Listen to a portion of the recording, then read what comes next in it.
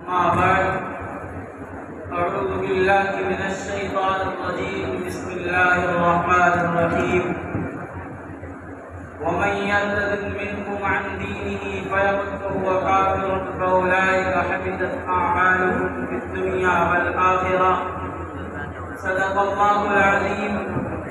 قال النبي صلى الله عليه وسلم ليخرجن منكم أفواجا كما دخلوا فيه أفواجا أو كما قال عليه الصلاة والسلام. مشفق مربی اساتذہ کرام، معزز مہمانان اعظام اور عزیز رفقائے بس، آج میری تقریر کا عنوان ارتداد کے بڑھتے قدم اور ان کا تدارک ہے۔ سامعین کرام، امت مسلمہ قرب قیامت کی جن فتنوں اور آزمائشوں سے نفرت آزما اور دوچار ہے، ان میں سب سے زیادہ خطرناک ارتداد کا فتنہ ہے۔ بقول مفکر اسلام حضرت مولانا ابو الحسن علی میاں ندوی رحمۃ اللہ علیہ، تمام فتنے وقتی ہیں، وقت کے اعتبار سے مزمحل اور معطل ہونے والے ہیں، لیکن نئی نسل میں بڑھتا ہوا فکری ارتداد نہایت ہولناک اور کافی سنگین ہے، کیونکہ میری گناہگار آنکھیں دیکھ رہی ہیں کہ کچھ دنوں کے بعد وہ نام کے مسلمان رہ جائیں گے اور غیر شعوری طور پر بتدریج ایمان و یقین کی نعمت عظمیٰ سے محروم ہو جائیں گے۔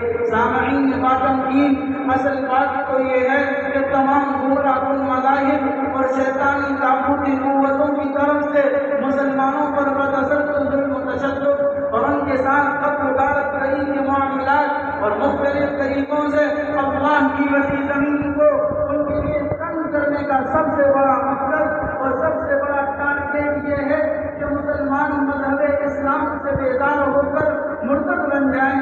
چنانچہ قرآن کریم کے اندر اللہ تبارک و تعالیٰ نے ان کی سازشوں اور دشمنی کے مقصد کو بیان کرتے ہوئے ارشاد فرمایا، وَلَا يَزَالُونَ يُقَاتِلُونَكُمْ حَتَّى يَرُدُّوكُمْ عَنْ دِينِكُمْ إِنِ اسْتَطَاعُوا۔ یہ کافر ہمیشہ تم سے لڑتے رہیں گے، اگر ان کا بس چلے تو تم کو تمہارے دین سے پھیر دیں۔ ایک جگہ ارشاد فرمایا، وَدُّوا لَوْ تَكْفُرُونَ كَمَا كَفَرُوا فَتَكُونُونَ سَوَاءً۔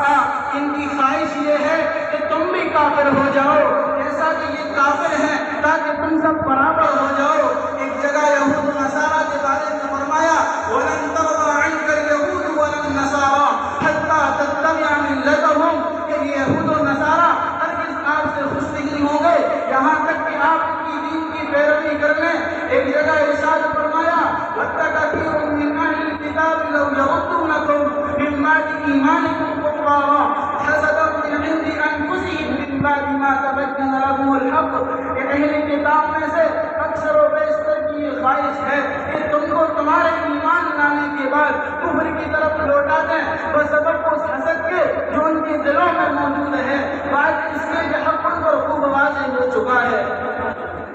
سامعین کرام، اب چاہے ہندوستانی مسلمانوں سے وندے ماترم پڑھوانے کا مسئلہ ہو یا جے شری رام کے نعرے نہ لگانے کی بنا پر مسلم نوجوانوں کی موب لنچنگ کا مسئلہ ہو یا ہندوتوا تنظیموں کی طرف سے ہندوستان کو ہندو راشٹر بنانے کا دعویٰ کیا جا رہا ہو، اسی طرح NPR، NRC اور CA کا جو مسئلہ ہے، ان سب کے پیچھے مسلمانوں کو مرتد بنانے کی ایک بڑی بھیانک، ناپاک اور گھناؤنی سازش رچی جا رہی ہے۔ سامعین کرام، یوں تو ارتداد ہر زمانے میں واقع ہوا ہے، لیکن قرب قیامت کا زمانہ ارتداد کا زمانہ ہے۔ سینکڑوں احادیث کی نور سے یہ بات معلوم ہوتی ہے کہ قیامت کے قریب ارتداد کا سیلاب برپا ہوگا۔ لوگ انفرادی طور پر بھی مرتد ہوں گے، اجتماعی طور پر بھی مرتد ہوں گے، خاندان کے خاندان، جماعت کی جماعتیں مرتد ہوتی چلی جائیں گی، جیسا کہ اللہ کے نبی صلی اللہ علیہ وسلم کا ارشاد ہے، لَيَخْرُجُنَّ مِنْهُ أَفْوَاجًا كَمَا دَخَلُوا فِيهِ أَفْوَاجًا۔ کہ لوگ اسلام سے فوج در فوج نکلیں گے جیسا کہ فوج در فوج داخل ہوئے تھے۔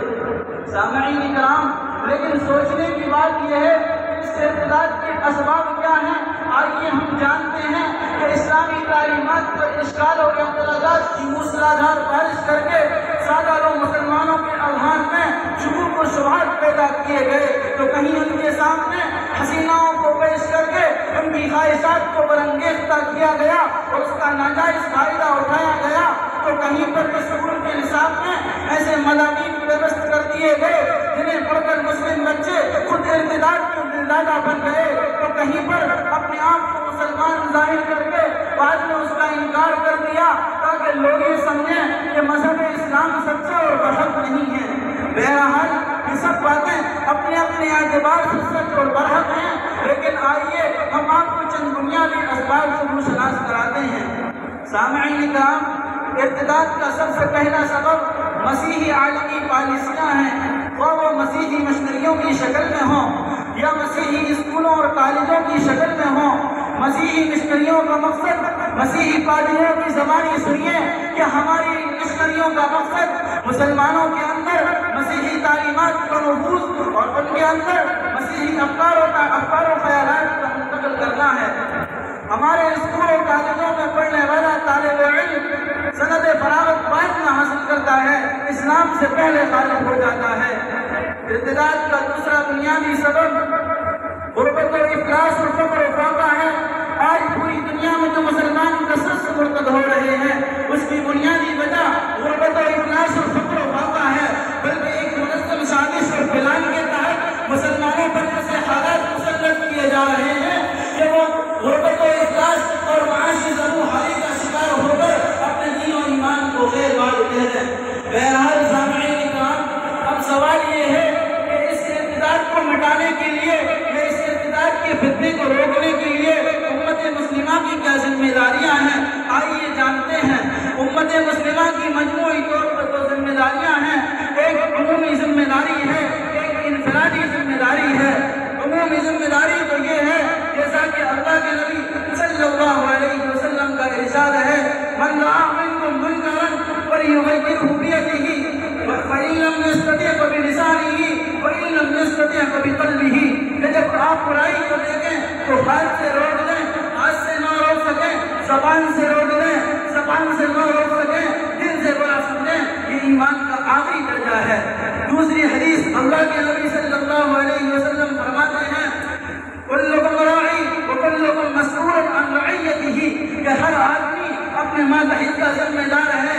ہمیں چاہیے کہ ہم اپنے ماتحت لوگوں کو انہیں صحیح تعلیم و تربیت کا انتظام کریں، ان کے لیے تمام برائیوں سے دور رکھنے، ان کے سامنے اسلام کی اہمیت و فضیلت، عمر کی غلاظت و قباحت کو بیان کر کے اس کا اخروی انجام بیان کرتے رہیں۔ وآخر دعوانا الحمدللہ رب العالمین۔